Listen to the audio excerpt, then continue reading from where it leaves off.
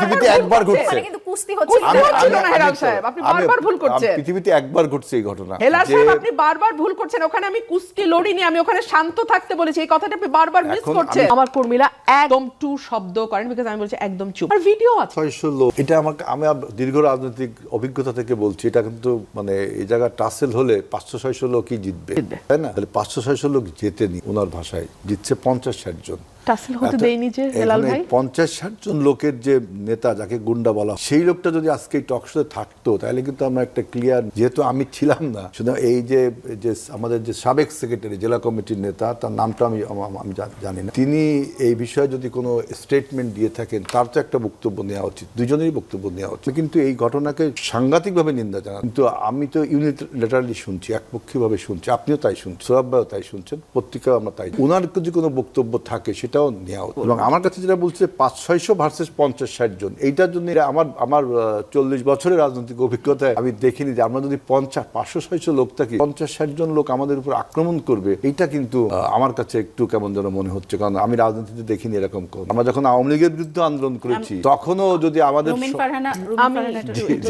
আমি আশান্বিত হতাম যদি আজিজুল বাড়ি হেলাল ভাই যদি কিন্তু ছাড়া কথাটি বলতেন। হ্যাঁ, আমি কিন্তু আগেই বলেছি ভয়াবহ ঘটনা ঘটেছে, 50 জনকে ওখানে ফেলে দেওয়া কোনো ব্যাপার ছিল, কিন্তু আমি ধৈর্য ধরতে বলেছি এবং আমার কর্মীরা ধৈর্য ধরে, আমার কর্মীরা একদম টু শব্দ করেন, বিকজ আমি বলছি একদম চুপ। আর ভিডিও আছে, ভিডিও দেখলে এখন কারো মুখের বয়ান শোনার কোনো দরকার, আমার ফুল ছেঁড়া হয়েছে, পাড়ানো হয়েছে, এটার ভিডিও আছে। এখন সরকারি দলে গেলে যদি গণমাধ্যমের দিকে চোখ না থাকে, তাহলে তো এই সরকার নিয়ে খুব আশান্বিত হতে পারছি না। আমি আমার প্রথমে যে বক্তব্য দিয়েছিলাম, হেলাল সাহেব যদি কিন্তু ছাড়া কথা বলতেন, তাহলে আমি বরং কিছুটা আশান্বিত হতাম।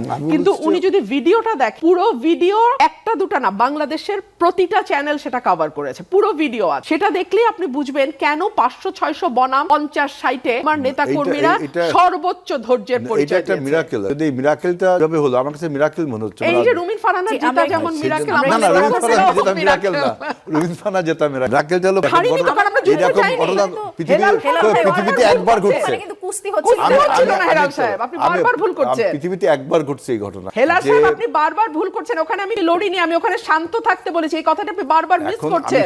ওরা আমার কথা শুনেছে। Leadership, this is leadership. ওরা শুনেছে আমার কথা। এত দ্রুত ডেভেলপড হয় লিডারশিপের উপর। আপনারা যারা লেখাপড়া করেছেন লিডারশিপের উপর, যে একজন লিডারের কথায় 500-700 লোক মুহূর্তের মধ্যে, এবং উনি ওখানে লিডারশিপটা গ্রো করছে কত 10 বছর, 2017 সাল থেকে এলাকায় আমি কাজ করছি। হ্যাঁ, কাজ করছেন, কিন্তু লিডারশিপে আপনার বিএনপি তার সাথে ছিল, তাই না? বিএনপি থেকে সরে আসলেন যখন থেকে, আমি এই কথাগুলো কিন্তু আরো 10টা জায়গায় ঘটনা ঘটতে উৎসাহিত করবে। আমি বলছি যে ওই যে লোকটার বিরুদ্ধে গুন্ডা বলছেন, তার বয়ানটা নিলেও ভালো হয়। আমি বলছি যে এটা মিরাকেল। দেখেন, এটা মিরাকেল। এরকম 500-600 ভার্সেস 50 পৃথিবীতে একবার ঘটেছে এরকম। ওখানে কার পক্ষে কতজন ছিলেন, আমার মনে হয় এই আলোচনা খুব একটা প্রাসঙ্গিক না। উনি বলছেন এই জন্য এই ঘটনাটি ঘটেছে, বলছেন বলে আমি বলছি যে আমার নেতাকর্মী যদি আমার কন্ট্রোলে না থাকতো, ওই দিন ওখানে ম্যাসাকার হতো, আমি সেটাই বলেছি। এবং এরপরে পুলিশ প্রশাসনের আসলে ভূমিকা কি ছিল সেটি আমরা জানতে চাচ্ছিলাম, যে প্রশাসন এরপরে কি ভূমিকা নিয়েছে। আমরা জানতে পারলাম যে এখন পর্যন্ত প্রশাসন খুব বেশি ভূমিকা নেয়নি।